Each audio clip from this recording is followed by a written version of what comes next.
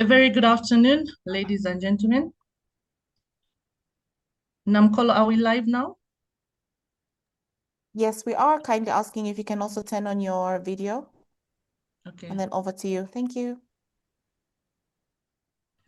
Okay, thank you very much. And a very good afternoon. Another exciting edition of our third webinar as we prepare for the fifth Land Linked Zambia conference happening in Lusaka, Zambia from 23rd to the 24th of April, 2026. A big thanks goes to the Ministry of Transport and Logistics as our parent ministry for the support rendered thus far. Thank you, Director Mbewe, for always being there to ensure that this important event not only speaks to Zambia, but the region and beyond. Allow me at this point also to recognize and welcome our distinguished speakers. Allow me in no particular order to recognize His Excellency from the European Union, the head of delegation to Zambia and COMESA. Your Excellency, we're thankful that you found the time to be with us. Allow me also to recognize our very important partner, the Zambia Development Agency, for your unwavering support in ensuring that Land Linked Zambia is where it is today. Allow me also to recognize the delegate from LOBITO Atlantic. Detto che sono capo delegazione, la tipa. Sì. Poi metto Our là, distinguished allora. delegates, kindly let us mute ourselves. Let's remember to mute our mics. So Lobito Atlantic, there you're recognized. The port of Lobito, you're recognized. Our distinguished delegate from the Chamber of Mines in the DRC, thank you for being with us. Our CEO from Africa's Zambia and obviously the Africa's team, thank you for putting together again this exciting webinar. Thank you all for the work that has been done in the background just to ensure that this webinar is possible today. So this is the third one that we've had as we prepare for the main conference that is happening in April, which is the Land Linked Zambia, that is being coordinated by the Ministry of Transport and Logistics, and Africast being the event managers, with ZDA being our strategic partner. Our topic for today is the Lobito Corridor, Beyond Policy, Local and Economic Impact Explained. The Lobito has really trended the last couple of years, but we want to see what is the policy that is driving this topical issue. What is the economic impact to those that are affected by this corridor? A very timely and important topic that is going to be unbundled by all the delegates that I have introduced this afternoon. Without preempting the speaker's notes, allow me at this time to invite Director Planning, who is also acting Permanent Secretary in the Ministry of Transport and Logistics, to give us a keynote address and to expand a little bit more on today's topic, which is the Lobito Corridor, Beyond Policy, Local and Economic Impact Explained. Over to you, Director Mbewe.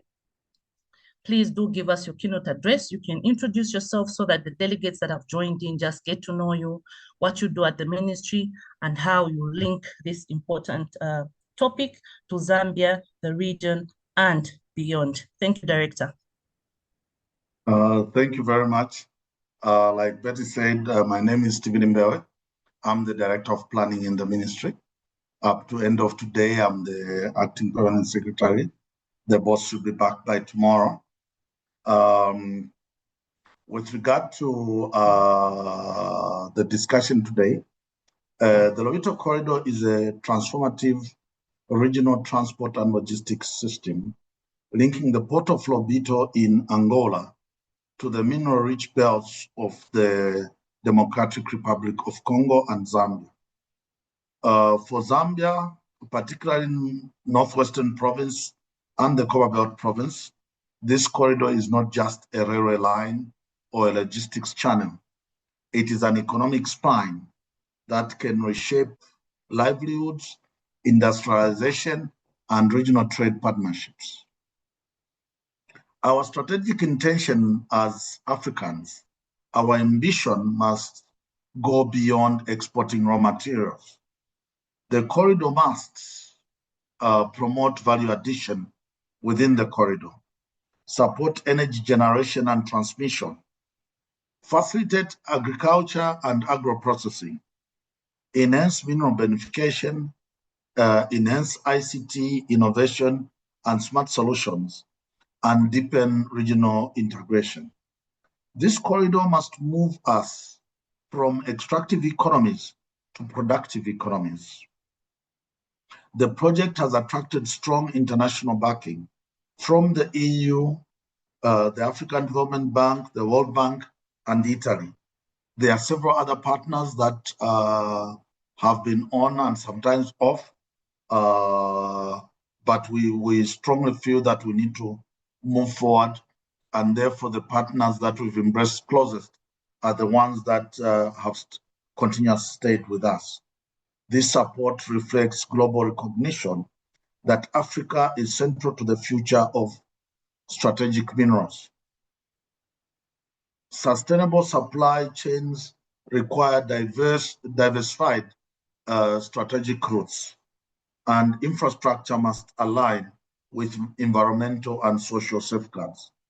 However, while global partners are important, ownership must remain African.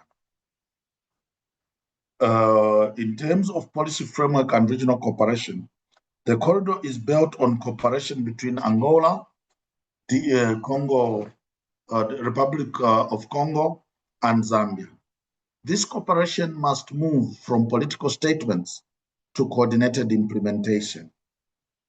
The main key economic pillars are A, harmonization of customs and transit systems. And here I have to be a bit more categorical. This is one of the unique corridors where the three member countries each speak a different language. Congo DR is French speaking, Zambia is English speaking, and Angola is Portuguese speaking. So harmonizing the customs and transit systems is quite a cardinal issue that will be able to help us facilitate trade.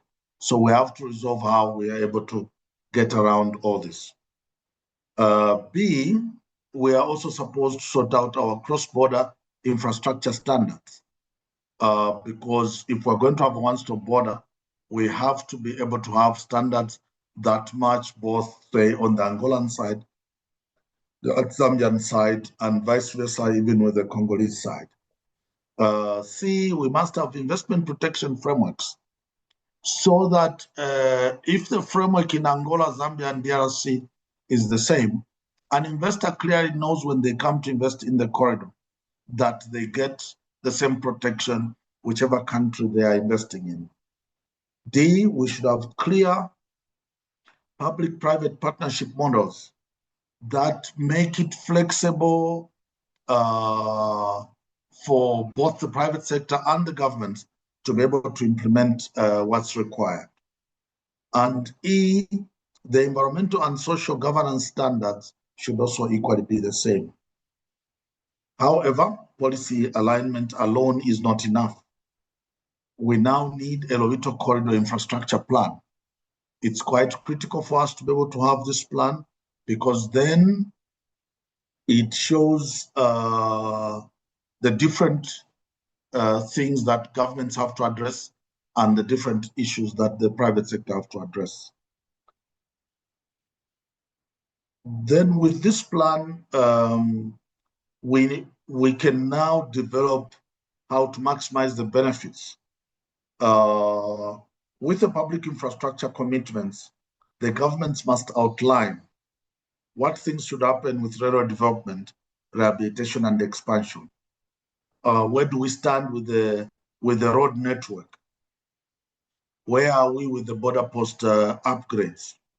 Where is the power transmission infrastructure? Where is the ICT infrastructure that adds value to the people? The water and sanitation systems in the different towns where the corridor passed through.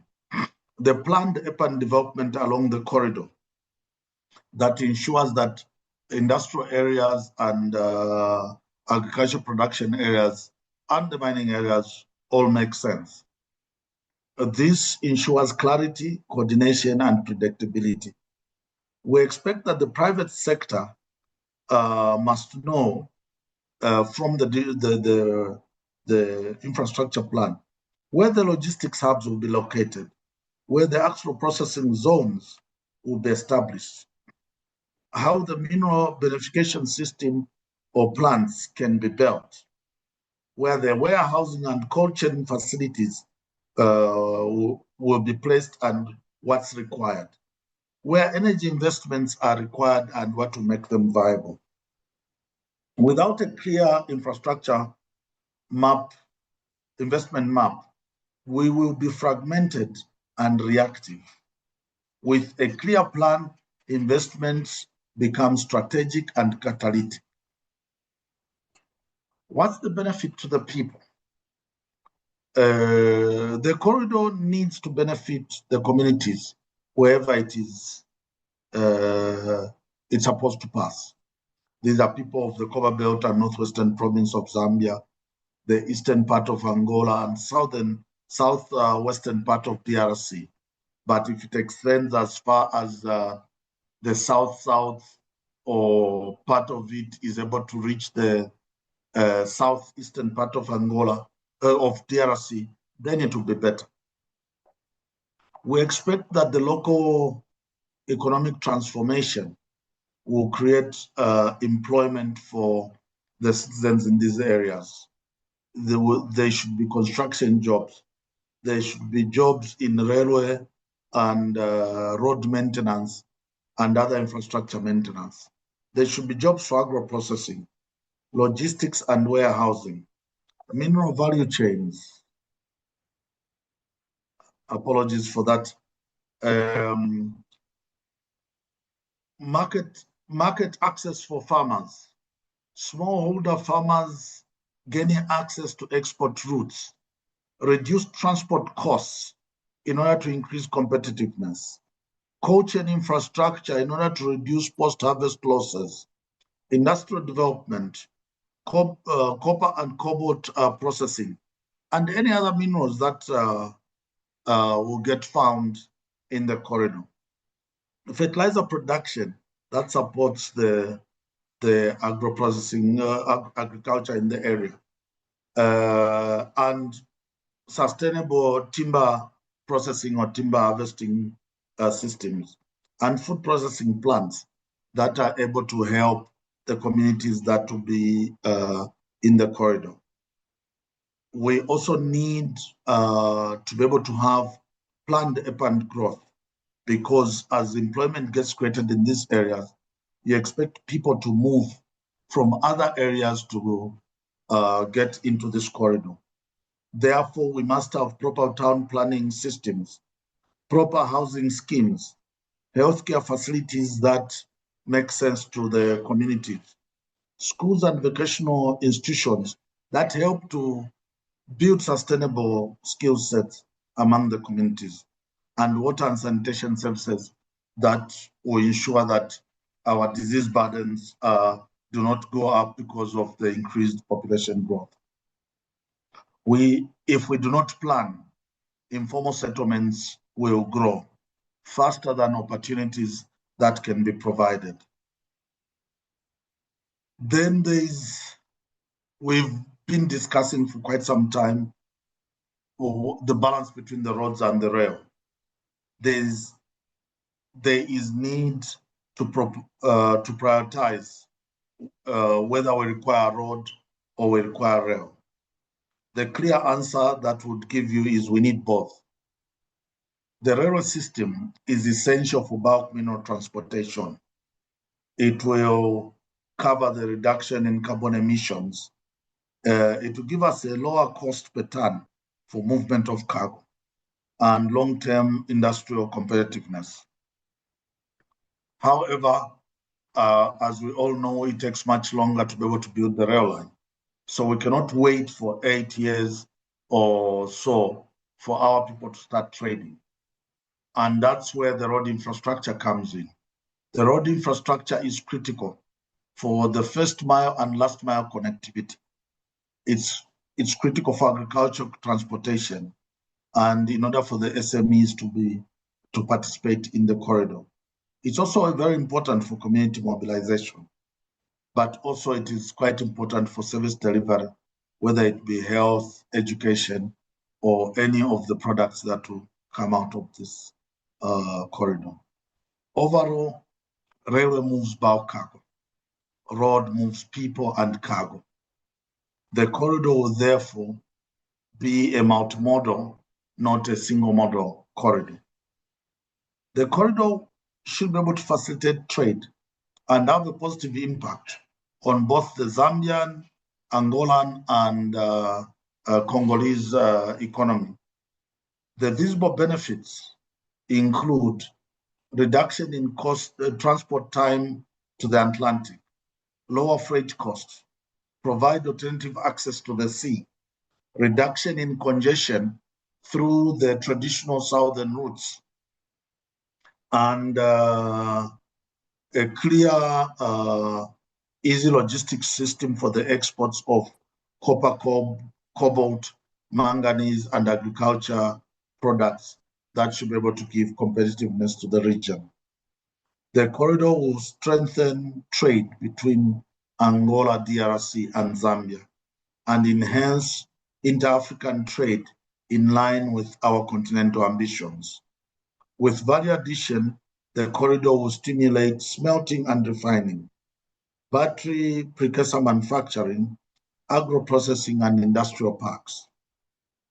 For us, the LOBITO corridor is strategic and of geopolitical importance as it diversifies export routes, enhances bargaining power, reduces overdependence on single corridors, positions Zambia and its neighbors strategically in global supply chains, and it strengthens our sovereignty in trade decisions. What are the challenges and risks? One of the major risks is governance and coordination. Fragmented policies could undermine progress. So it is cardinal to be able to have a joint corridor authority and coordination mechanism that makes sure that the countries are updated and are well coordinated to implement the issues. And we are grateful to the EU for offering to be able to finance the LOBITO Corridor Secretariat for the next few years. We expect that we should have environmental and social safeguards. It is very important that as we develop these areas, we do not disturb the environment for the communities that live in these areas. We should make the areas better. So the issues that we need to mitigate as we go through them are the issues of displacement, the issues of environmental degradation, the issues of health, including communicable diseases, inequitable benefit distribution. Development must be inclusive. There are financial risks. Over-reliance on international financing without local participation could limit domestic ownership. How do we make the domestic financiers also participate in this? We require the PPPs, but they must be structured to be able to build local capacity and equity.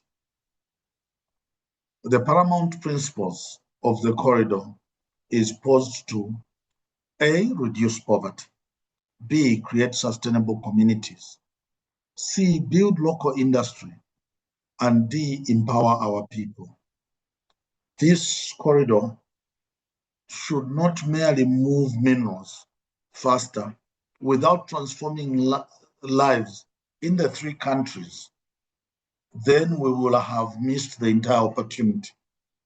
But if we plan deliberately, coordinate regionally, and invest strategically in both roads and rail, then this corridor can become a model of African-led infrastructure transformation.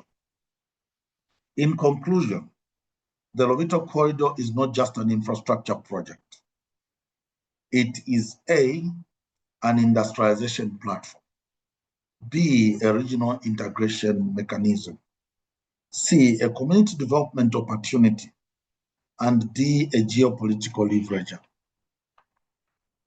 We are prepared, as we prepare for the Zambia Land Linked Conference 2026, let us move from policy to implementation, from extraction to value addition, from transit corridor to economic corridor, and most importantly, from infrastructure to impact. I thank you. Well, Director Mbewe, I would actually like to say, please, can we clap for him for all the delegates that are tuned in? I know it's remotely, but also I just wanted to recognize all the delegates that have tuned in for this important webinar. Director Mbewe, thank you for that keynote address. You have actually touched on a number of issues. I liked when you said this corridor it's not even a barrier. It's actually an opportunity because we're looking at 3 languages. We're looking at Angola with Portuguese. We're looking at Congo DRC with French, and we're looking at Zambia with English. That's such a beautiful marriage, Director Mbewe, and it's an opportunity for these countries to leverage that strength to grow, because ultimately we're looking at the African continent and how we can leverage the LOBITO for development. You've talked of African-led transformation agenda. I think we have spoken about potential, Africa's potential, but this is the time we actualize that potential. Thank you, Director, for that keynote address. I know when I was speaking to Director Mbewe, he says, no, I'll be done in 10 minutes. But I just knew that, well, 10 minutes, maybe I add another 10 minutes.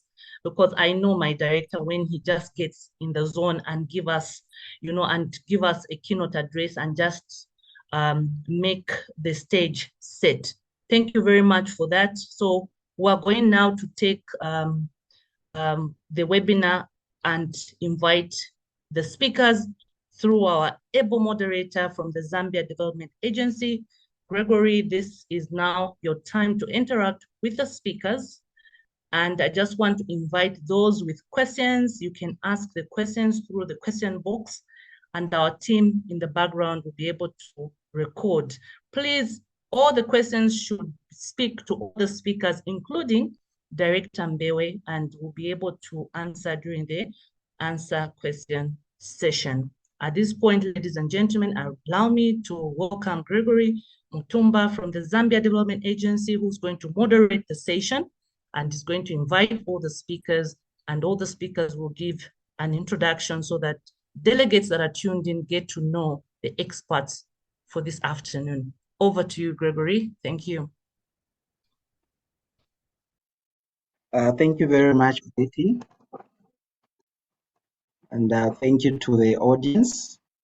Yeah, to start the discussion, I'll first of all talk about our topic of discussion today, which is the same as Betty had already indicated. It's LOBITO Corridor, Beyond Policy, Local and Economic Impact Explained. So we've got a high-powered panel this afternoon, and I'm very confident that they'll be able to unpack this topic. They are experts in various fields. And so to begin our panel discussion, I'll first of all introduce our panelists, and I'll start with Dr. Katila Vanessa de Silva Neto from the LOBITO Port Corridor. Mr. Welcome. Moderator, it's not Miss Katila Neto, it was replaced by me, Manuel Tavares.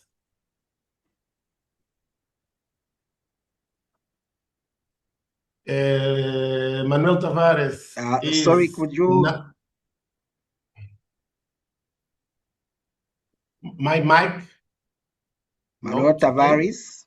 We're able That's to get correct. you. Okay, Manuel Tavares. Thank you. Thank for you. us. Okay, thank you, moderator, for scheduling overlaps. Miss Catila Thank you Neto. very much, Mr. Tavares. Okay, that's correct.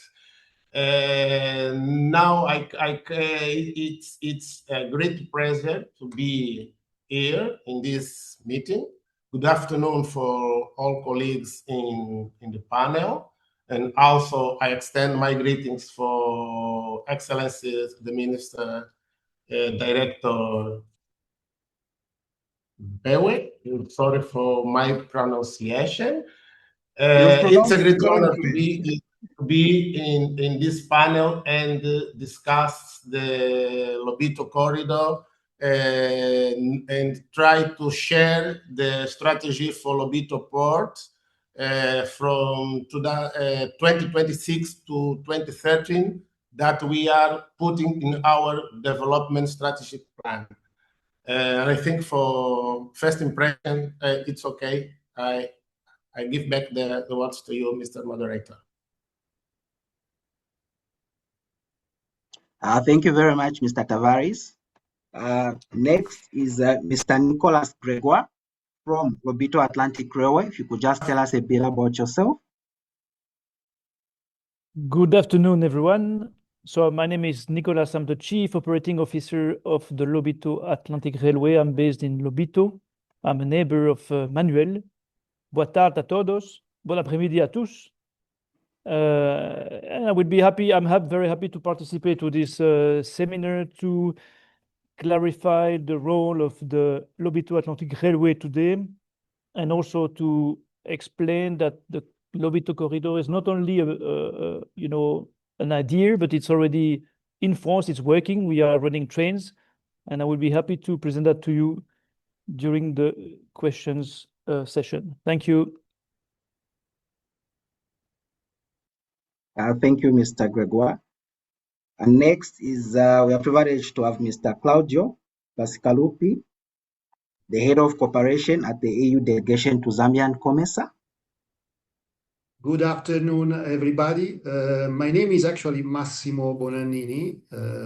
I'm replacing Claudio Bacigalupi, who is the Head of Cooperation in the EU Delegation to Zambia and COMESA. In the delegation, my role is team leader infrastructure. So myself and my team, together with all the delegation, I have to say, we are very much involved in all the activities around the development of the Lobito corridor. Thanks. Thank you, Mr. Massimo. And lastly, but not the least, we've got Mr. Adolf Bakomeka, who's from the DRC Chamber of Commerce. Yeah, good afternoon, everybody. Thank you for the floor. Okay, I'm from the Chamber of Mines, a branch of the DRC corporation. The business corporation is the big structure. And in the chamber, I'm the technical advisor to the president of the chamber, who is currently busy with a very important meeting with the Minister of Mines, including the CEOs of all the mining companies of DRC. So I worked for mining companies for more than 30 years, and I retired, 4 years ago. And I've always been with the Chamber of Mines in various positions. So now, as I said, as a retired, I'm assisting the chamber in the advisory position. Thank you. Thank you, Mr. Adolf. So our discussion will focus on a number of areas. Among them will be understanding the corridor and movement of goods, operational readiness, and infrastructure performance. To also focus on investment landscape, public-private partnerships, trade facilitation and logistics optimization, economic opportunities, employment and skills development, infrastructure-led growth, regional trade, and African Continental Free Trade Area. And I'm glad that Director Stephen Imbewe did actually. So to start, we'll look at one of the important components of the LOBITO corridor. So we'll be looking at the rail. And the first question will go to Mr. Gregoire. But just before I pose that question, I would like to remind our audience that please post your questions in the chat and they'll be attended to. The way we'll proceed is we'll have 45 minutes for the discussion, and after that, we'll open up the discussion for questions. So please make sure, keep those questions coming. Thank you. So to you, Mr. Gregoire, from the perspective of the rail operations, could you please walk us through how goods move along the corridor? That is from the inland production centers up to the handover at the ports. If you could just walk us through the entire process. Yes, thank you very much. Just to start, during the keynote, we mentioned that it's not only an infrastructure project, and we all agree on this one. But of course, infrastructure is key on the transport solution that we can offer on the LOBITO corridor. And we will discuss later about the other opportunities that we've got on the corridor. On our side, what we have been signing LOBITO Atlantic Railway a concession contract for 30 years to manage and maintain the Benguela Railway, that is 1,300 kilometers from LOBITO port to the border. We've got also a mineral terminal in the port of LOBITO, and we've got a dry port in Kolwezi in DRC, and we are working very closely to SNCC in the frame of an access agreement. So today, I will speak about the flow between Kolwezi in DRC, in the Lualaba province, and the port of LOBITO. So more specifically, how this is working today, the cargo is going from the mines, the main mines around Kolwezi. It's being transported by trucks to the main dry ports. When it's coming to the dry ports, the client can start the custom clearance of the cargo. In the meantime, we have been allocating a train, so the custom clearance is being done on a train that is still not yet in Kolwezi. So we do the client is doing the custom clearance. When the custom clearance is done, we can load the cargo. Basically, it's mainly copper now. We can go on the copper in containers. We've got our own containers for safety and security reason. We use containers, so we load the copper in containers between 20 and 22 tons per container, 2 containers per wagon. We can prepare the train, 15 wagons per train, around 640 tons per train. When this is done, we pull the train out of the terminal. We go to the Kolwezi station. We have the authorization of SNCC. SNCC will operate the train because SNCC is the concession company and the only operator. We've got the track access, but SNCC is operating our own train. So we are providing to SNCC the wagons and the locomotives. So SNCC will manage the train to the border in Dilolo and then to Luau. Luau is the station in Angola where we do the interchange of the locos, because the locos from Angola cannot enter into DRC for a technical reason of the axle load. Then the train, the full train, is crossing the border, going to Luau, and from Luau the train is pulled by the LR locos to the port of LOBITO. In the port of LOBITO, we've got 2 terminals. We've got the EAT, the AGL terminal, and we've got the mineral terminal. So we've got 2 options in the port of LOBITO. When it enters the port of LOBITO, we will offload the containers, unstuff the containers, and then the cargo can be stuffed into shipping line containers to be, and of course the cargo has been booked on shipping line containers much before, but then it can be stuffed, and then loaded on the vessel. So today, if we speak about the logistics side, excluding the documentation, which is one of the main challenges we've got today, it takes around between 7 and 8 days to go from Kolwezi dry port to the final port, the LOBITO port, one of the two terminals. This is basically what we do, and we do exactly the same on the other side because we bring mainly now sulfur to DRC, and the process is basically the same. Going back on the DRC side to the dry port that we've got in Kolwezi, and then directly brought by truck to the final destination, the main mines around Kolwezi. So this is basically what we are doing today. And just to give you an example, just some figures, because it's important to understand that it is working now. It's not a dream or it's not a project. I mean, we've got 20 trains of 15 wagons running every day around the corridor. So we are doing, last year, we did 105,000 tons of copper exported from DRC, and same of sulfur on the other side. So we are doing basically today 1 train per day in each direction, 1 train leaving Kolwezi, 1 train leaving Lobito, which is a capacity of around 35 to 40 tons per month of international cargo. And I will stop here for now. Thank you. Thank you very much, Mr. Gregoire. It's indeed good to hear that there's some cargo that is moving, although we could tell there's a lot of challenges that are currently there because the corridor is not what it should be. But indeed, we are looking forward to the time that there will be efficiency in the transportation of those materials from Congo up to the Lobito corridor. So moving on up to the port of Lobito. So moving on to the port. Indeed, the port is also one of the infrastructure that should be looked at. It's a very important part of this corridor. And this question will go to Mr. Tavares. What is the current operational capacity of Port of Lobito? Obviously, we need to know that. As you may be aware, the production will increase in Zambia, in Congo, and the Lobito port should be able to handle that kind of cargo.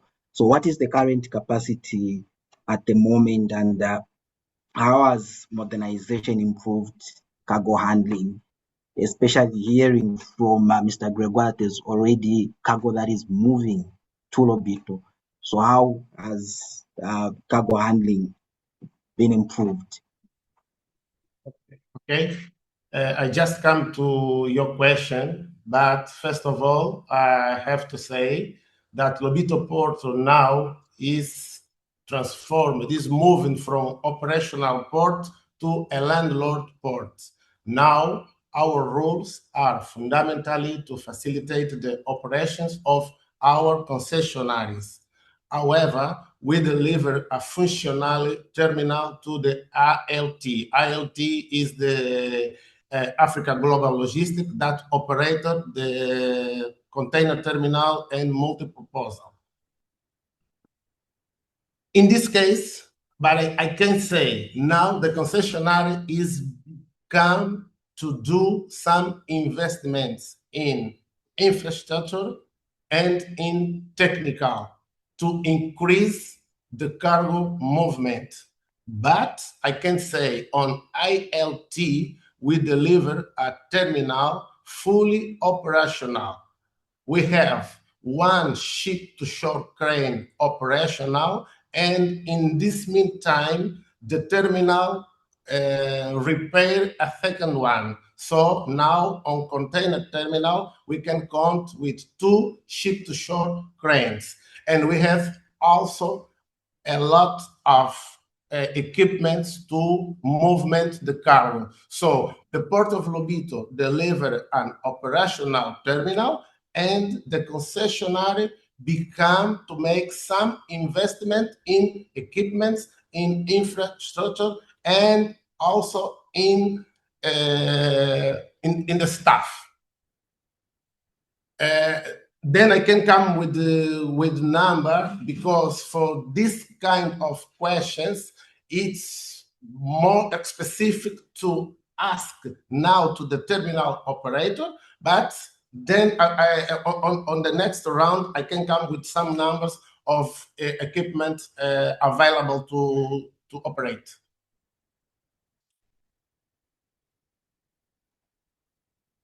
I'm okay with Thank your you very question. much, Mr. Tavares. Okay.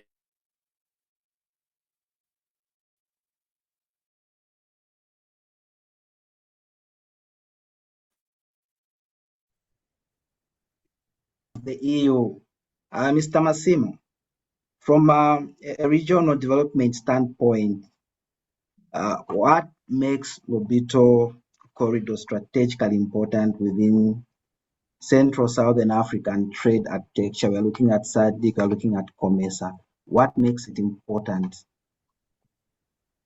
Yes, thank you very much. This is very much at the core of what we are doing now in the EU delegation in Zambia. So the Lobito corridor is emerging as one of the most strategically important transport and trade routes in southern Africa. There are other connections, but especially from the point of view of Zambia, having diversification is crucial.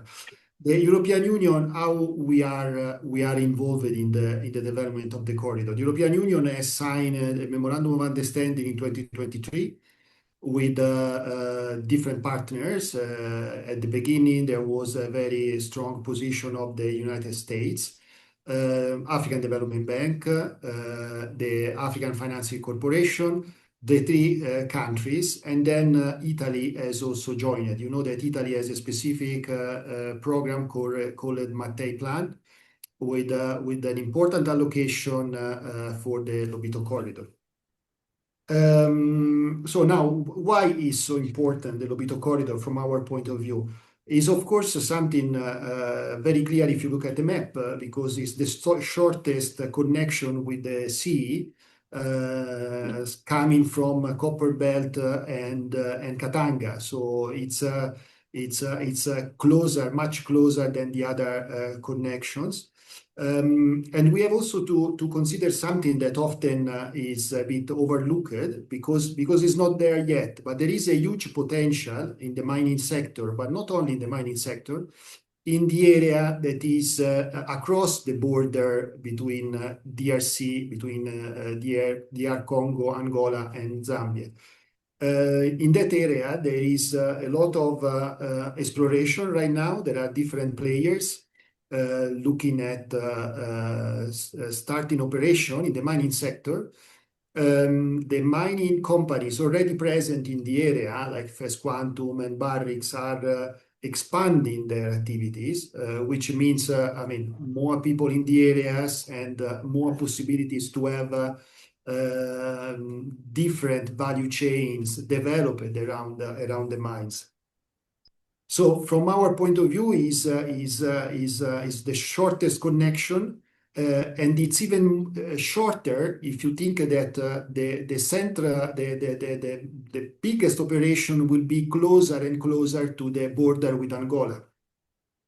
Then the Lobito corridor represents the backbone for diversified value chains. Director Mbewe has mentioned that very clearly. Is not only an infrastructure, a logistic infrastructure, but is the development of the activities around that. The European Union support very much that approach. We have a new strategy which was launched in 2021, the Global Gateway Strategy.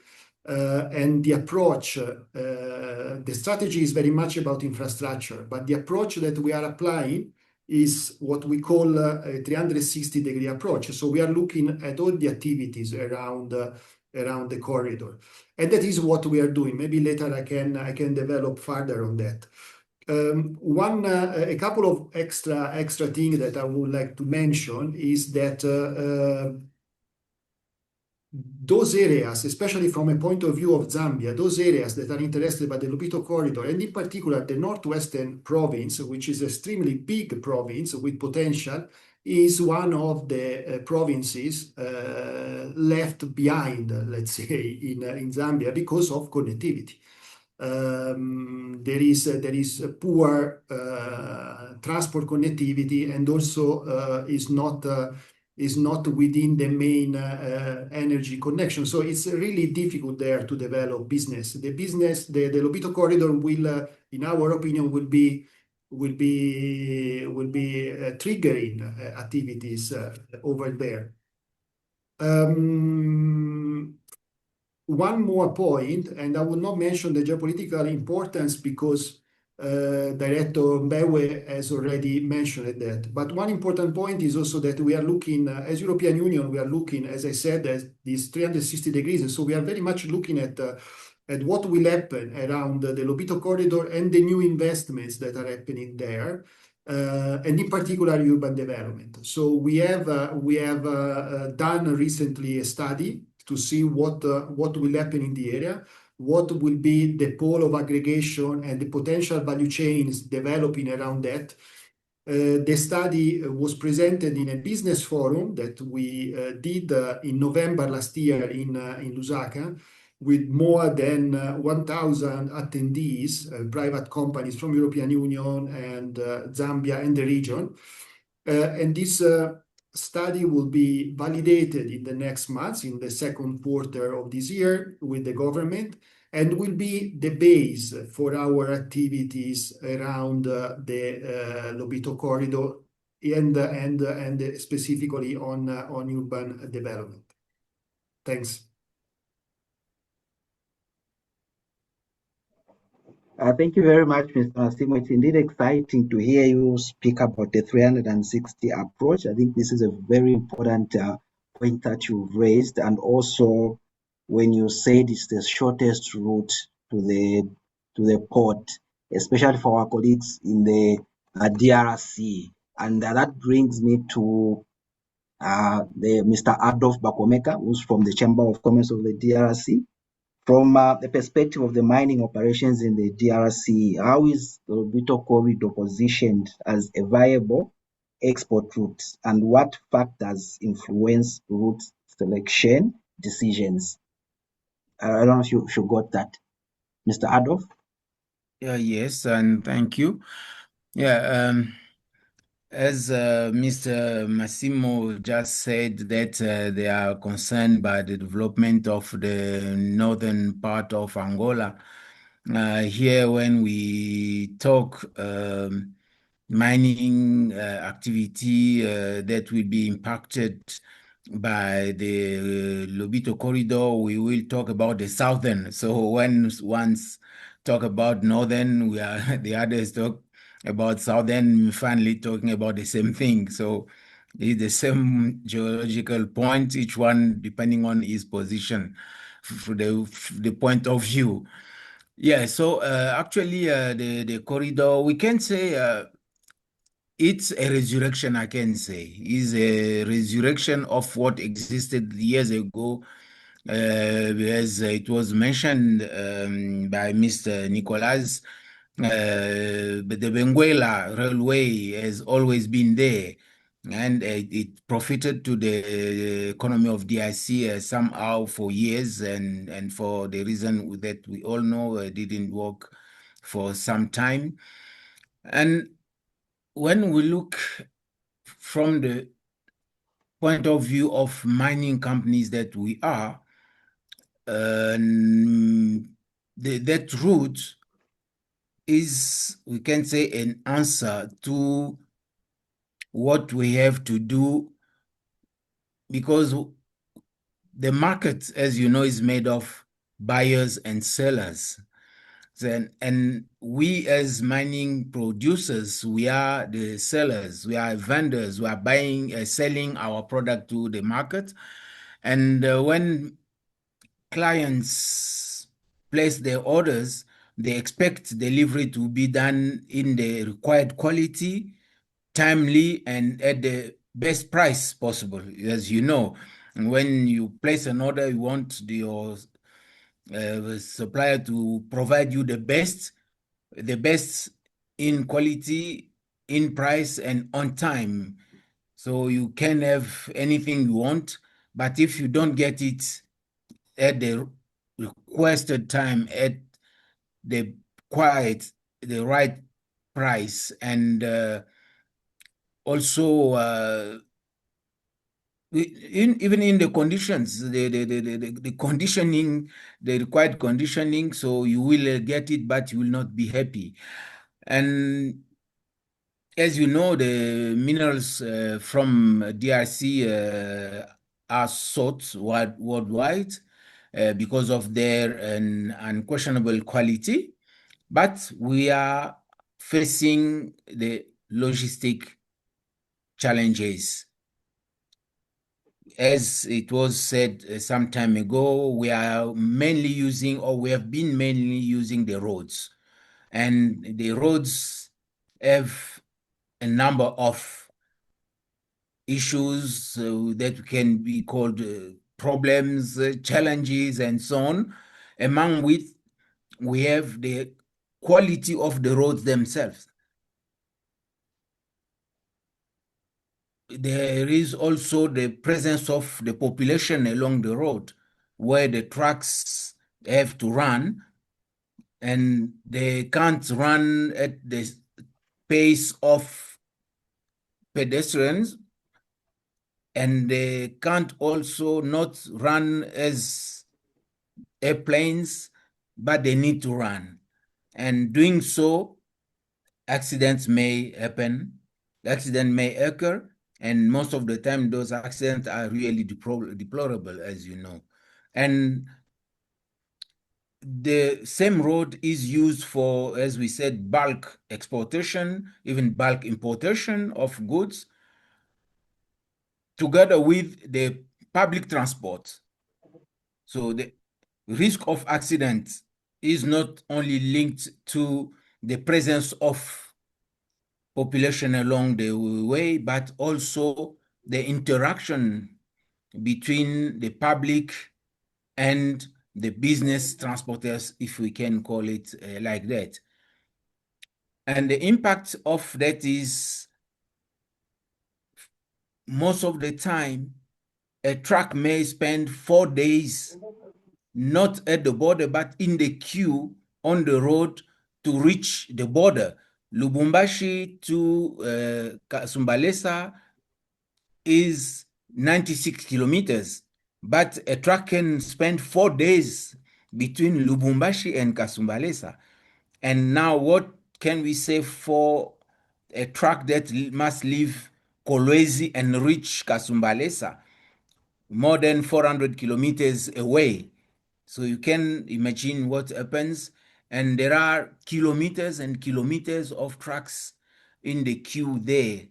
For today, for instance, we got information saying that there are more than 500 trucks for general cargo trying to go out, and more than nearly 300 trucks for mineral cargoes trying to go out. So there is only one exit point. Just imagine what it can represent.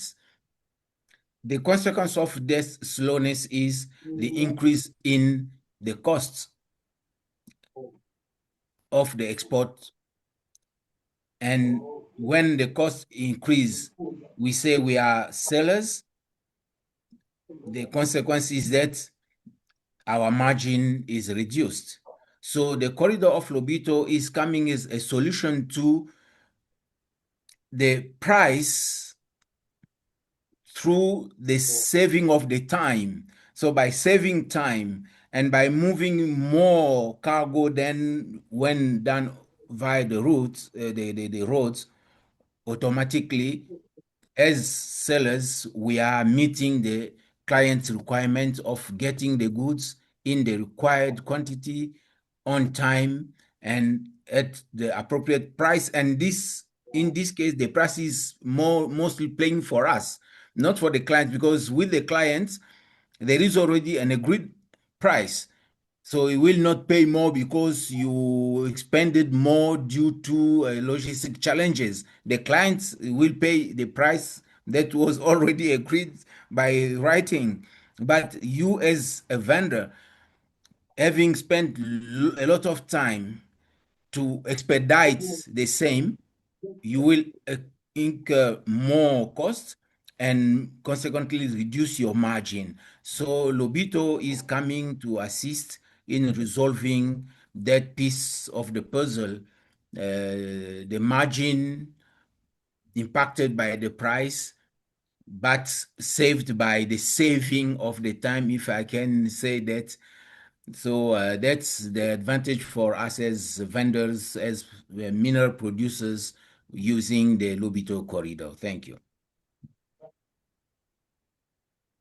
Thank you very much, Mr. Adolf. Indeed, you've in your submission, you've brought out a number of issues, especially the issue of time and price, but as well as safety as well. Yeah. So maybe moving from that, Mr. Gregoire, you had mentioned that there's some movement of goods. There's goods that are moving from the DRC to Angola, the port of Lobito. So maybe what we would like to find out at the moment is what kind of infrastructure upgrades along the rail line have already taken place, and is there any impact that these have had or are having compared to where we are coming from, where we are at? Yeah. Yes, thanks again, and I agree. Mr. Nicholas? Yes, can you hear? Okay, thanks again, Yes, and I agree fully with many of the points that was mentioned by Mr. Adolf. I think what we are looking at is safety and reliability. So a client, he wants to know exactly when the cargo will leave and when the cargo will arrive, because he needs to have the ship ready, and the transit time is money. So reliability and safety for us is key. And reliability and safety depends very much on infrastructure, which is the main challenge that we all have in terms of transporting by rail. So on the Angolan side, and as what it was reminded, it's not a new project. It has been running a lot of volumes in the past, just stopped operating in the 70s due to the civil war in Angola. But the state decided beginning of, it was in 2002, they took over the concession and they decided to rebuild completely the railway. So the Angolan state, they rebuilt completely 1,300 kilometers of track, including 67 stations. So we've got today an infrastructure on the Angolan side that has a reasonable condition. We just have a backlog of maintenance, and that's why in our concession contract, we are investing a lot in the maintenance of the track, which is probably it's not probably, it is our main cost today, because we've got a lot of bases for maintenance, a lot of equipments, a lot of people to take care about the maintenance of the track. And that's very important, because reliability, avoiding derailment, or in case of derailment, you've got the teams to be going on site and to lose less time possible in case of incident. So I would say that in terms of infrastructure on the Angolan side, it's mainly now catch up of maintenance, but we've got the team, so we are operating since 2 years, so it's already improving. On the port side, and I will leave it then to Manuel also to explain, when on the terminal, mineral terminal is also new. It was also inaugurated in 2014. So we've got a fantastic infrastructure in the port of Lobito, be it on the AGL side or on our side on the mineral ports. Where we've got a bigger challenge is on the DRC. Everyone knows that the DRC infrastructure is older and requires more upgrades. So the way we are looking, because we are looking at a partnership with SNCC, is we are pre-financing some work to SNCC, and there are some work already happening on the DRC leg between Kolwezi and Dilolo. There will be an emergency plan that will be done over 3 years, including new sleepers, new rails, and just to make sure that we will have a reliable service. That's on our side with the SNCC and with the authorities. On a more long-term view, and I will not speak about that, but we have been all following the discussion between the DFC, the World Bank, the European Union. There will be a long-term project to make a rehabilitation of the SNCC network, not only on that section, but going further to Sakania. But that's more on a government level. On our side, we look at having a reliable service on the infrastructure in the AC. We are not looking really at increasing the speed for now, because reliability is more important than speed. And in railway, increasing the speed on a specific infrastructure will not really improve very much the total cycle time, because the total cycle time is much longer. It takes into account the crossing of the border, the documentation side, the loading, the offloading. So what we are looking really is reliability, to make sure that the client knows exactly when the cargo will be departing from one pond, arriving at the other pond. And that should be within a reasonable amount of time, which we today, again, I was speaking about 7 to 8 days to go from Kolwezi to the port of Lobito. which is today already very efficient. Again, and also to insist on what Mr. Adolphe said, we are looking at the region, the Lualaba province, because the shortest route for the Lobito corridor is, of course, for the main mines around Kolwezi. The further south you go, the less competitiveness you will have, because then you will have more competition against other corridors. So today we are focusing on the main mines around Kolwezi. The main mines are around Kolwezi, because then we've got only 450 kilometers to the border, and then we've got the 1,300 kilometers to the port of Lobito. Thank you.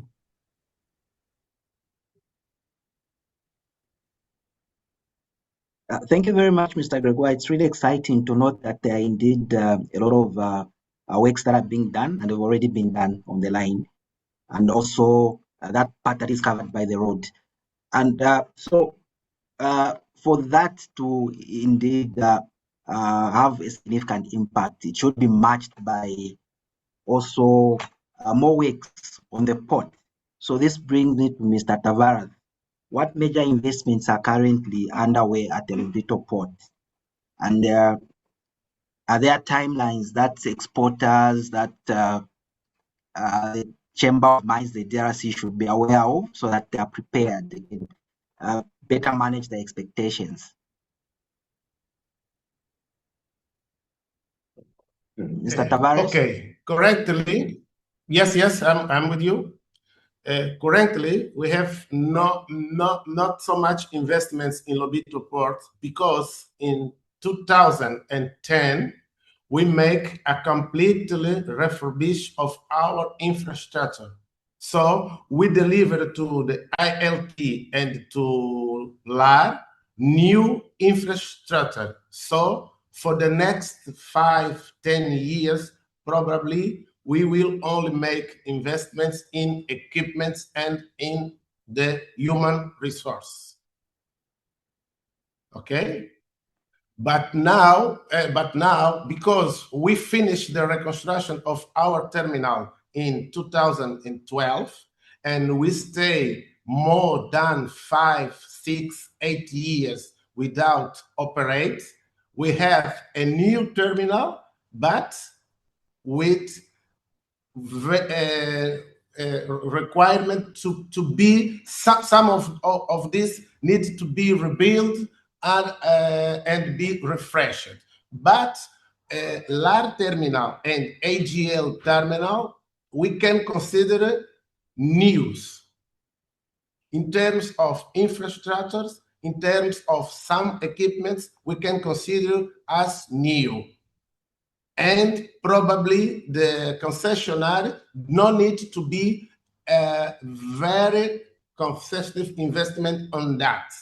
But they have to be in attention. They are new, but with no use. And the new infrastructure with no use, some of them start to come down. And maybe Nicolas can tell something more specific about the LAR terminal. Yeah, I can just complete, because you fully agree. I mean, we have been concession with a new terminal, so the main investment that we need to do is mainly in equipment, cranes, mobile equipment, bridge stacker. But on the infrastructure side, what was concessioned was a brand new terminal.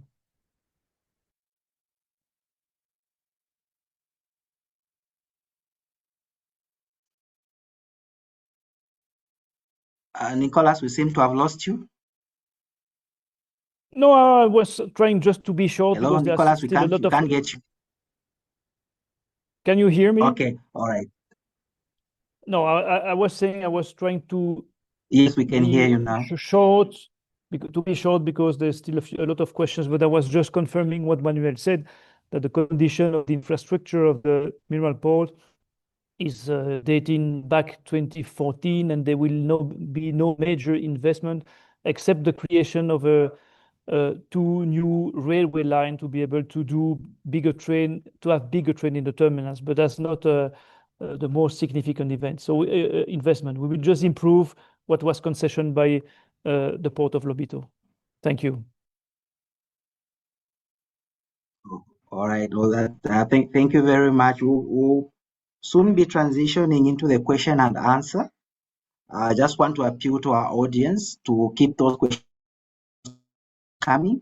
Please post them in the chat so that we can have enough questions as we transition to the question and answer session. Maybe just before I move to Massimo, I just wanted to find out from Mr. Tavares. You said the port is as good as new. With the projected cargo that will be coming through the port, do we have enough capacity? Yes or no? That's what I find out. Yes, Once for the sure. LOBITO corridor is fully operational. Yes, for the next 10, 15 years, we have full capacity to receive all cargo as we can receive, for sure.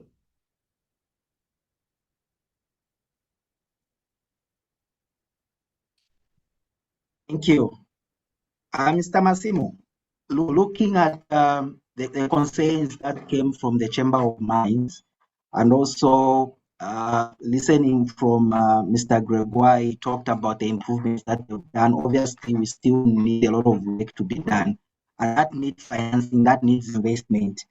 So, from the EU, our development finance and public-private partnerships being structured to accelerate infrastructure delivery and also to de-risk the corridor investments. How are you doing that? Probably could shed more light on that. Yes, thank you very much, Muto. This is a crucial question, and it's a crucial question because we do not have a clear answer.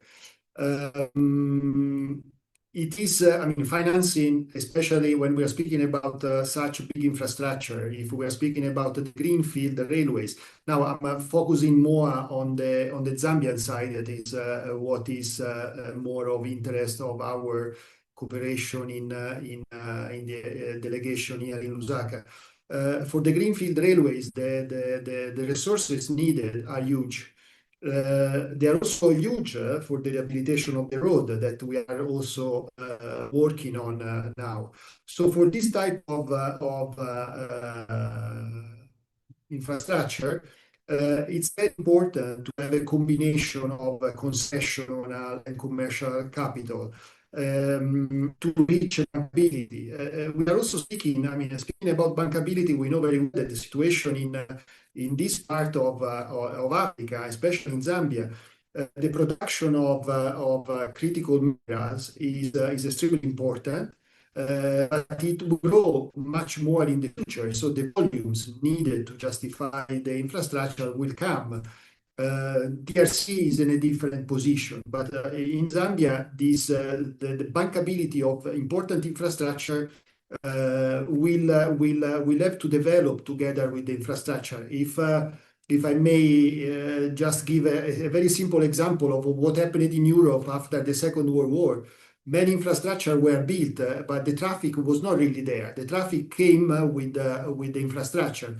So here is a bit what is happening. So it's very important to put together, to blend resources, to involve DFIs, the development financing institutions, to use instruments like guarantees that European Union has within the instrument called the FSD+, and also leveraging potential PPP opportunities. I give you another example on what we are doing in Zambia for infrastructure that are related in a way to the Lobito corridor for water infrastructure. So we have a project where we blend our grant with loan from the European Investment Bank to provide renewable energy for the water utilities, and in particular for the water utilities in the Copper Belt and Northwestern Province. And that renewable energy will release resources for the operations of the utilities and improve the services. So it's very much we need really to be creative and put together the grant that might be available from development partners, but also concessional and commercial capital. Thanks. Thank you, Mr. Massimo. Looks like we still have a lot of work to do in that space. I'm thinking of the chicken and an egg question. Which one comes first? And the next question I have is from Mr. Adolf, and it's asking something that is opposite to what I had asked you, and this has to do with the assurances of performance benchmarks.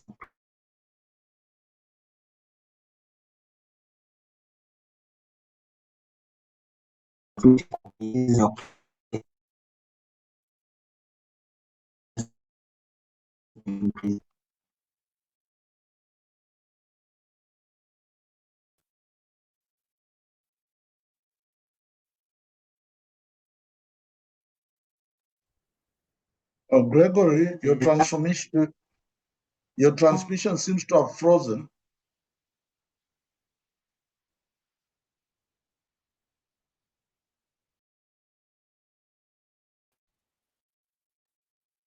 I think Grigory's transmission as director said it has frozen. Maybe we can just pick it up from one of the Let the me ask speakers. Okay, thank you.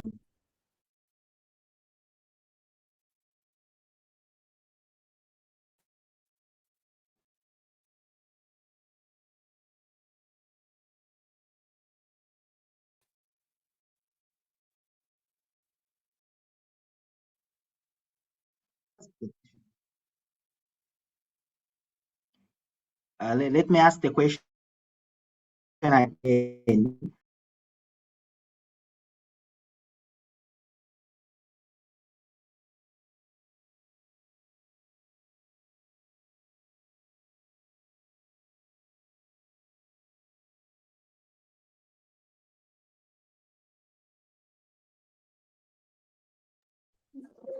We seem to have lost our moderator. Madam MC, perhaps we can pick up from the conversations from the questions from the audience, with the first one being, what are the top 5 short-term priorities, 6 to 18 months, and which are the leading districts, municipalities, or councils in the program? And this question comes from Mr. James Kosi. I'll throw it to the panel, and then if one of the panelists can pick it up. The second one, before we move on to the panel for the responses, we've got air freight cargo between China and Zambia at a cost. This will improve the economy. I think that's a comment from Mr. Bernard Kalima. Mr. Shebi says, thanks for the information presentation. His question is regarding the implementation of the corridor. Where is the implementation of the corridor, as in where does it stand as of now? And then the last question comes from Mr. Mbewe, who says, given that Zambia, Angola, and DRC currently lack bilateral double taxation treaties between each other, how are investor concerns about double taxation, withholding taxes, and permanent establishments being addressed as part of the Lobito corridor tax framework?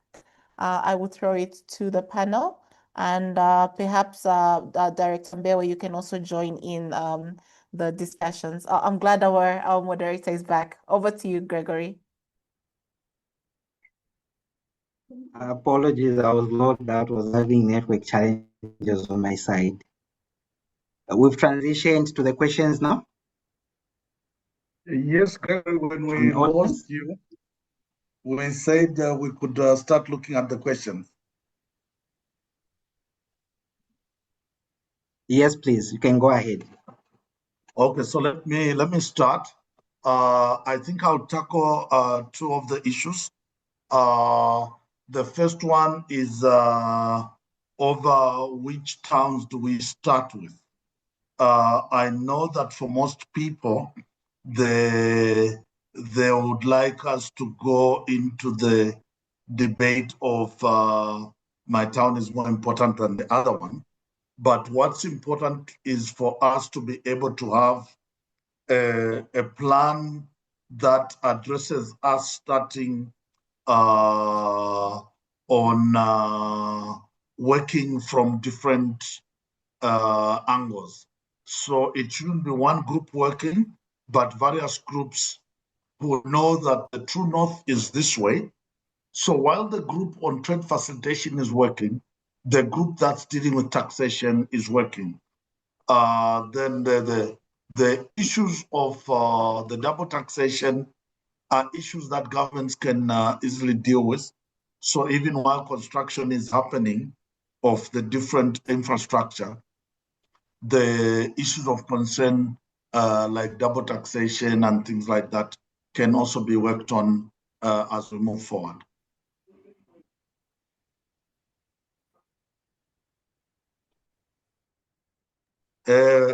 Maximo, maybe shed a bit more light about the issue that are raised on why it is critical to ensure that we have a corridor master plan.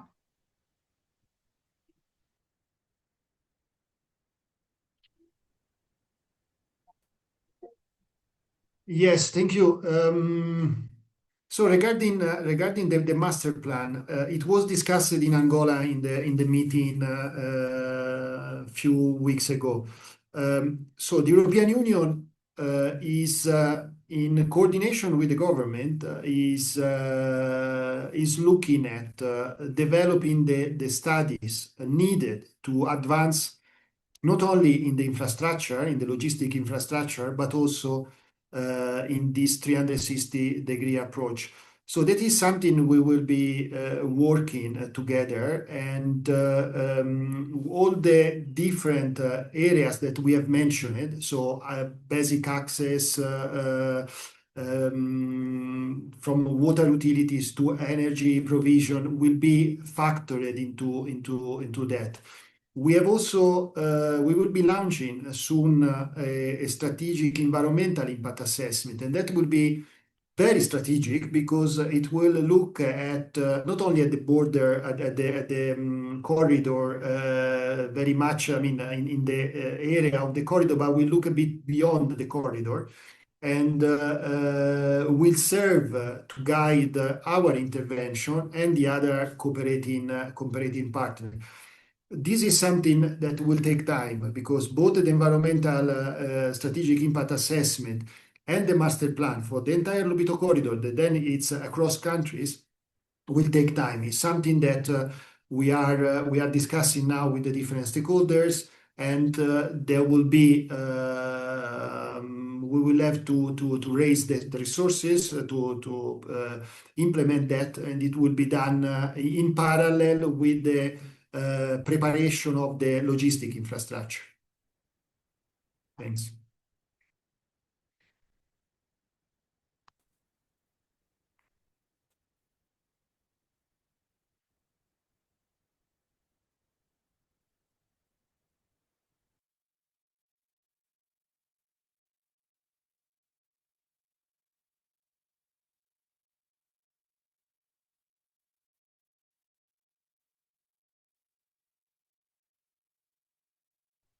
Looks like we've lost the moderator again.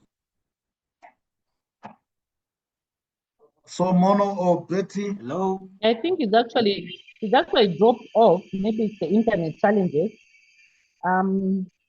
Maybe Director Mbewe, you can just help us take it up. I think from a meeting point of view, maybe we can stay aligned to the discussion. What were the other questions? Namkolo, please just guide If I can come in. Yes, please. Yes, Namkolo. The other questions that have come in from the floor is how does the interface with Tazara enhance the Lobito corridor infrastructure?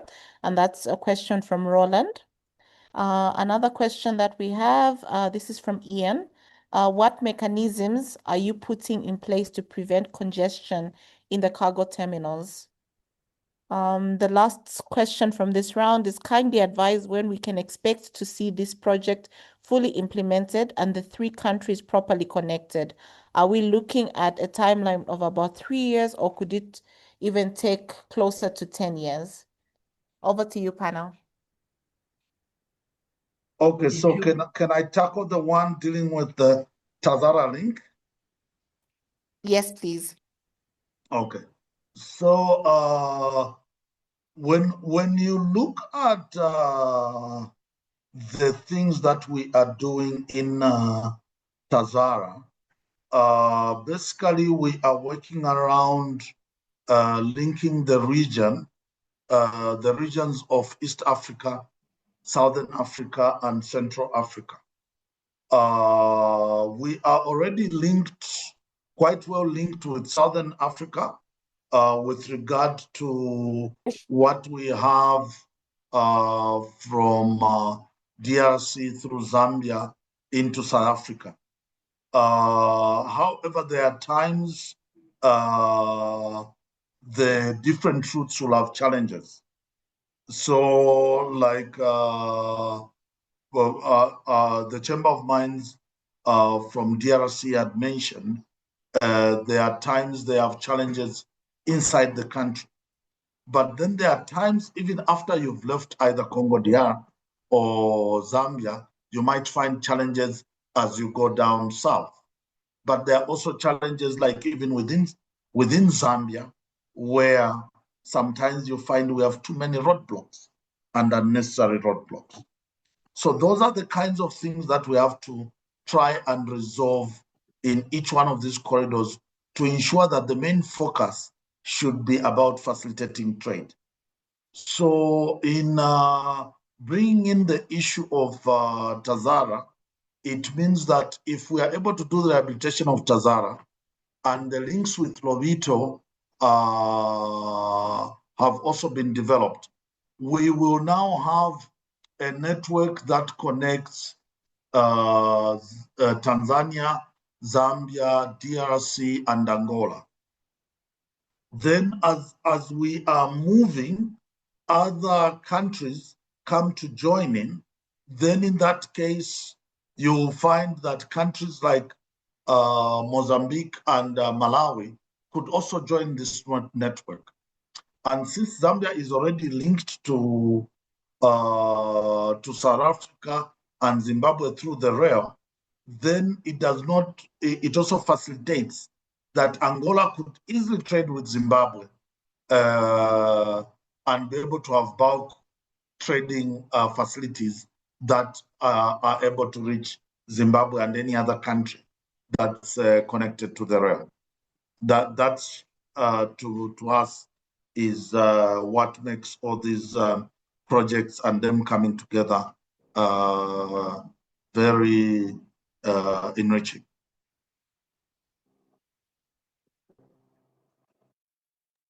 Thank you very much, Director Mbewe. There was a question with regards to how we prevent congestion in the cargo terminals. Perhaps this can go to Port of Lobito.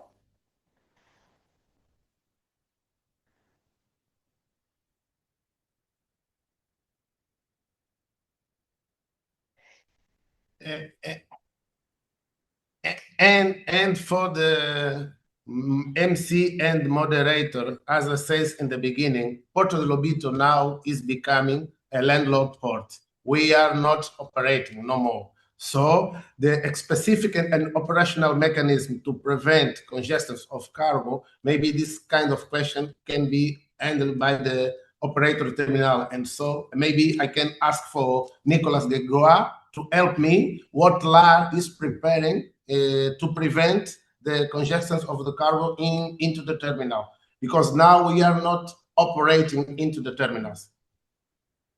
Thanks, Manuel. Nicolas?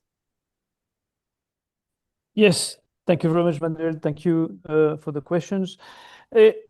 In fact, what I said at the beginning is we are looking at a full logistic chain. It means that on the last side, we are looking at some very specific KPIs. We are using a lot of data analysis to make sure that the full flow is working. Indeed, if we've got the congestion in the dry port at the start of the transport, we will have an issue. So we are looking very closely at aging of cargo that is ready to be exported, and we are looking also very closely at the aging of the cargo that is in the Lobito ports. In addition to that, we've got some specific legislation that prevent to keep cargo for a long time in the mineral port, and also this has a cost. So for us, the full cycle is very important. I was speaking about 7 to 8 days to go from Kolwezi to the port.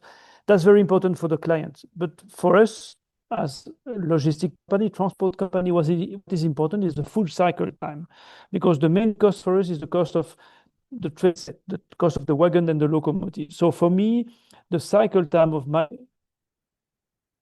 wagons, my trains will really allow me to fix a price that is acceptable for the client. So the faster the cycle time is going, the better it is.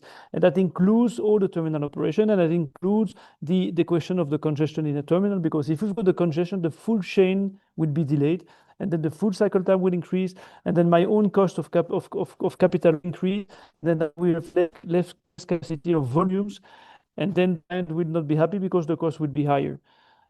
So yes, congestion is one part of the full chain of my cycle time. Thank you. Thank you very much. Director Mbewe, there's a question that was specifically directed to you.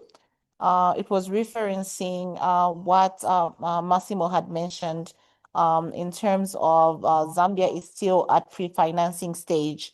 So the question is, where exactly is Zambia in this Lobito corridor journey? Are there any lessons from SNCC? And this is from Dr. Banda. Okay, I'd say almost all the three parties are at financing stage. Just to give a bit of some background, in January 2023, that's when we signed the LOBITO corridor agreement. By end of the year 2023, I think all of us had ratified the agreement. Then thereafter, within that same year, by October, we signed the MOU to work our cooperation around the issue of building the rail line. But we also realize of the different corridors, this corridor does not have a road network that is good enough for heavy-duty trucks to be able to go through. So there is quite a lot of work that has to be done. The rail line, yes, has been rehabilitated from Lobito to Dilolo, and Nicholas will correct me about that. So on the part from Dilolo to Kolwezi, there's mobilization that's happening and works that are happening to try and have that bit of the rail line in Congo DR to be rehabilitated. There's also mobilization efforts to link the rail line from Kolwezi to Lubumbashi. The link to Lubumbashi will be able to also give us a much easier route to connect to Zambia through Sakanya and Ndola. So yes, Zambia is at mobilization with regard to the rail line. We have a bit more firm figures with regard to the mobilization for the roads that are going towards Angola. And I know that the World Bank and the Angolan government and the EU have also done quite a lot of work for roads in Angola coming towards the Zambian border. So yes, the different infrastructure have different things that need to be worked around in terms of the pieces. That's why the plan is quite critical, so that you'll have Angola doing mobilization, DRC doing mobilization, and Zambia doing mobilization. And as the different pieces are being completed and linked together, then you know that, okay, from this side, the trade is moving. On that side, the trade is moving. There are softer issues that need to be worked around. We need to be able to agree with Lobito Atlantic when we are done with this rail line on the Zambian side. How will we work the interchange at Luakano? All those issues need to be worked around. The border procedures, when we reach the border, when the train is crossing, how will it be processed? How will the trucks be processed?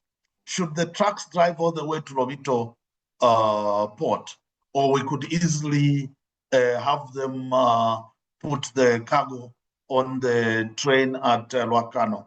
It's different things like that that we have to work around. So it's not like we could say that one country is way ahead of the others, but we're trying to make sure that these different pieces, as we are working, come and join in order to facilitate trade among the three countries and from the three countries to the rest of the world. Thank you very much, Director Mbewe. We have an overwhelming number of questions that are coming through our Q&A segment. However, in the interest of time, if I can just ask the panel for closing remarks, but before we get into that, I just wanted to remind our audience that Land Linked Zambia is taking place from the 23rd to the 24th of April at Ciela. Please follow our social media, Africa Zambia, on Facebook. We will put all the necessary details on our Facebook pages, on our social media pages. Join the conversations. We will endeavor to try and answer some of these questions that have come in April, as well as through some of the teasers that we'll be throwing out in the lead up to Land Linked in April. But back to the panel. In 1 minute, what gives you the greatest confidence that the Lobito corridor will deliver measurable economic impact within the next 5 years? I'll start off with Massimo. Yes, thank you very much.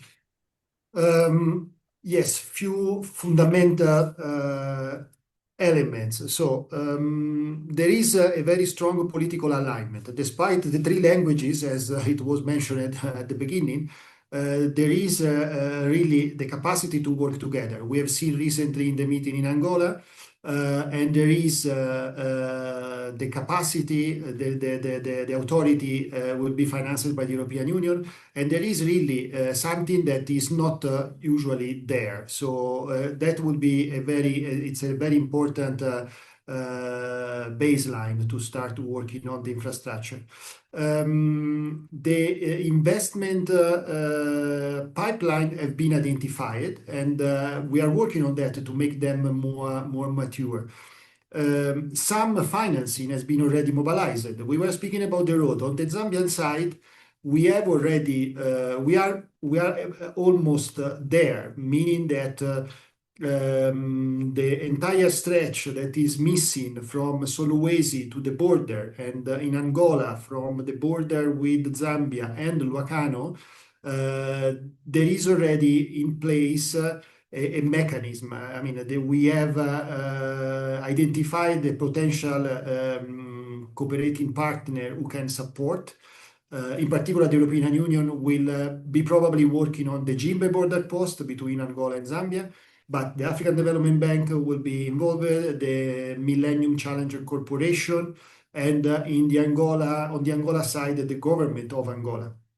And then I want to mention something that is very important for the European Union, that there is an increasing demand for digitalization, for ESG standards. So this kind of coalition of different partners will also enhance that aspect, which will increase the bankability of the infrastructure and the confidence of the investor, which is what we need to make these projects more bankable. Thanks.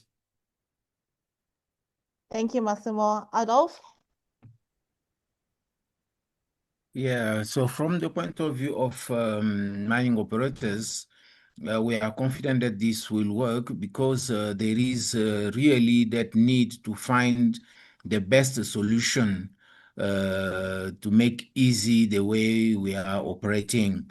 So any solution that will come in with the aim of making it easy for us to operate is welcome. And if you look at what has been done so far, there has been actually the implication of mining companies in the development of the solution that is being implemented, because we are looking for the best way to do the business. So We'll continue to cooperate in that and expect the best outcome to come for ourselves and all the business and the countries, obviously. Thank you, Adolf. Nicholas? Yes, thank you. So I will agree fully with Massimo. Today there's a real alignment of all the parties to make this happening. And the good side of the project is that there's already one part working. The one part working is between Angola and DRC. This is working, it is growing, it is more efficient every day. And as it was mentioned by Adolf, there's an alignment between all the parties. So LAR, an Angolan company, the port of Lobito, but also the SNCC, the state-owned company, the main mine operators in DRC. They're starting also to start exporting through the Lobito corridor. So I'm fully convinced that the solution for the international business will work. In addition to that, how we will measure the success of the corridor is also on the development of the smaller businesses along the corridor, because that's also very important. Of course, we've got the international business, but we need to develop further the domestic activities. And we, as LAR, we are providing a transport service to allow the private sector to further develop other businesses like agriculture, and we are dedicated to offering a transport service that will allow to have that development. That's also important for us. So one side, yes, it's working and it will improve in the future thanks to the involvement of everyone. And then further, we need to go for further development along the railway in Angola, but also in DRC and in the future in Zambia. Thank you. Thank you. Last but not least, Manuel. Okay, thank you very much. Our guidelines for the next 5 years are to facilitate the operation of our concessionaires, consolidating our position as landlord ports, and in alignment with the reconfiguration of the global supply chain, we expect it to grow in terms of vessel movements about 18%, in terms of container cargo about 50%, and in terms of general cargo, and here is the area where we expected to grow more, 143% in 5 years. We expect to move from now, we are movement 1.8 million of cargo, and in 2030, we expect to start moving 4.5 million of cargo. This is our principal goals for the next 5 years. Thank you. Thank you very much, panel. General Manager Betty Mumba, over to you.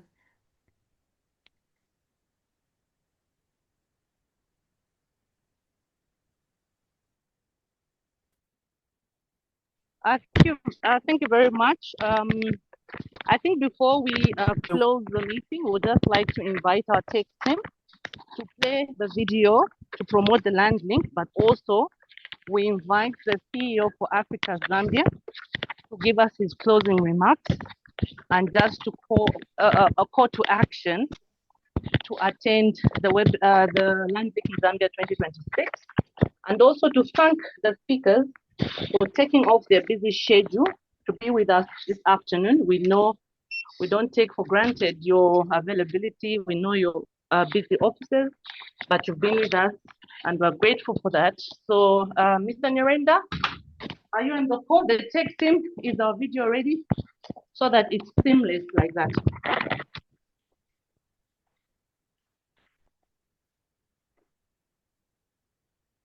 Mr. Nyirenda, you can, if the video is not ready, we can ask Mr. Nyirenda to close. Okay, okay, Mr. N, the video is ready. There's a corridor that comes from Tanzania. There's a corridor that comes from Mozambique, South Africa, and more corridors from Namibia, Angola, and the DRC. These transport corridors meet in Zambia presenting numerous trade, business, and investment opportunities for Zambian and SADC-based companies. Don't miss the train. Don't miss LandLink Zambia 2026, a transport and logistics conference and exhibition on 23rd and 24th of April 2026 at Ciela Resort, Lusaka, Zambia. LandLink Zambia 2026 is brought to you by Africast in conjunction with Ministry of Transport and Logistics and industry stakeholders.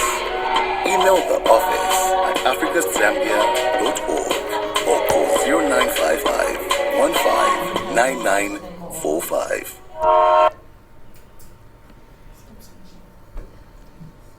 Mr. Timomunyenda, the floor is yours.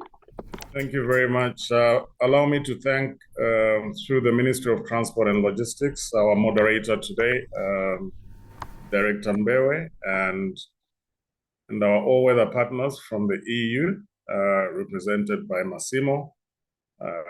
We really value your participation in the landing since it started 5 years ago. Allow me to also thank our stakeholders along the Lobito corridor. Gregoire, we met at the Mining Indaba in Cape Town, and you're already on the panel, so that goes to show obviously the love and care you have for this particular project. I would also like to thank the Zambia. I've already thanked the Zambia Development Agency through Grigori. But I would also like to take this opportunity to thank the DRC Chamber of Mines that have come on board like they did last year to try and encourage the mines from the DRC to attend LandLink, as well as from the port of Lobito, Mr. Manuel. So thank you very much to all our speakers. In our 18 years of existence at Africast, this is definitely one of the most exciting projects that we've undertaken. We obviously have presence now in Zambia and DRC, but we see this project as one that basically links not only the SADC region, but the continent at large. Last year, we had His Excellency, the President, opening the event. We expect him to do the same this year through an invitation from the Ministry of Transport. Last year, we had 10 transport ministers, should I say 10 African transport ministers attending the event. We expect even a larger number this year. And this is fast becoming the platform for transport and logistics, discussing all the corridors, especially the ones that affect us here in Zambia. We have 6 corridors in total, and it is good to note that all the 6 corridors that traverse Zambia, their respective ports where goods enter from and exit, also come to LandLink to participate. I can mention from the East Coast, and this year we have Lobito as well as Walvis Bay Port coming to the LandLink Zambia. That's on the West Coast. On the East Coast, we have the Tazara, we have the Nakala corridor.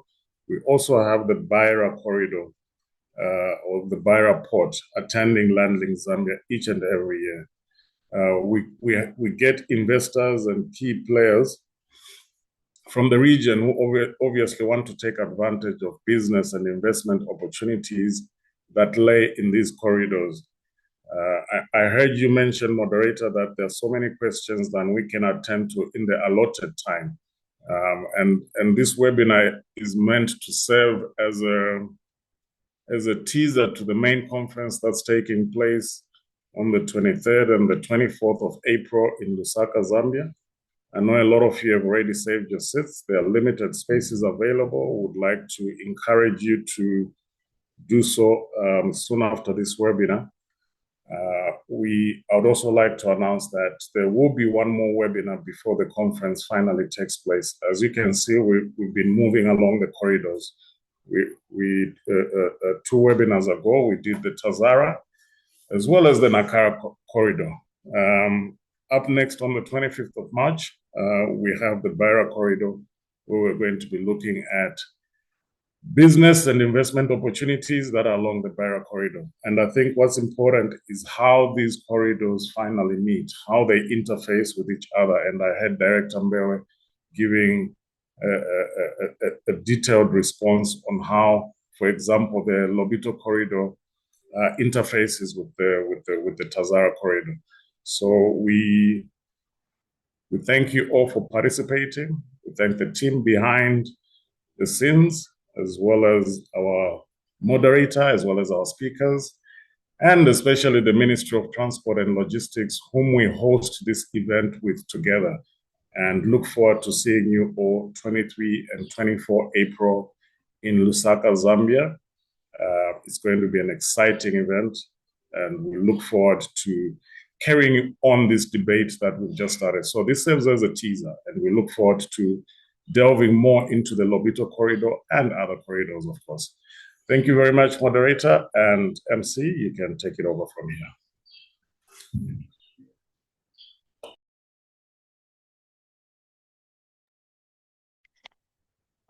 Thank you very much, CEO. I don't think I can do justice by making any other remarks after that perfectly curated closing. Like CEO mentioned, see you on the 23rd and 24th of April, physically in Lusaka. And we hope to see you virtually on the next webinar, 25th of March. Look out for our social media pages, Africa's Zambia, for more details as well as registration details. Thank you very much. Tech team, can we have some visuals? Thank you.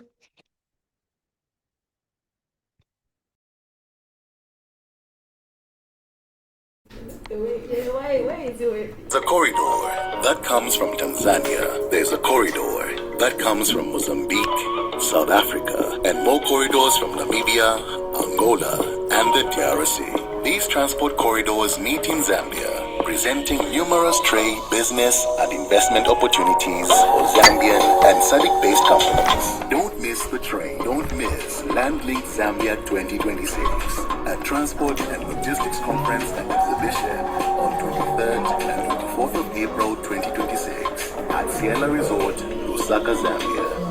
LandLink Zambia 2026 is brought to you by Africans in conjunction with Ministry of Transport and Logistics and industry stakeholders.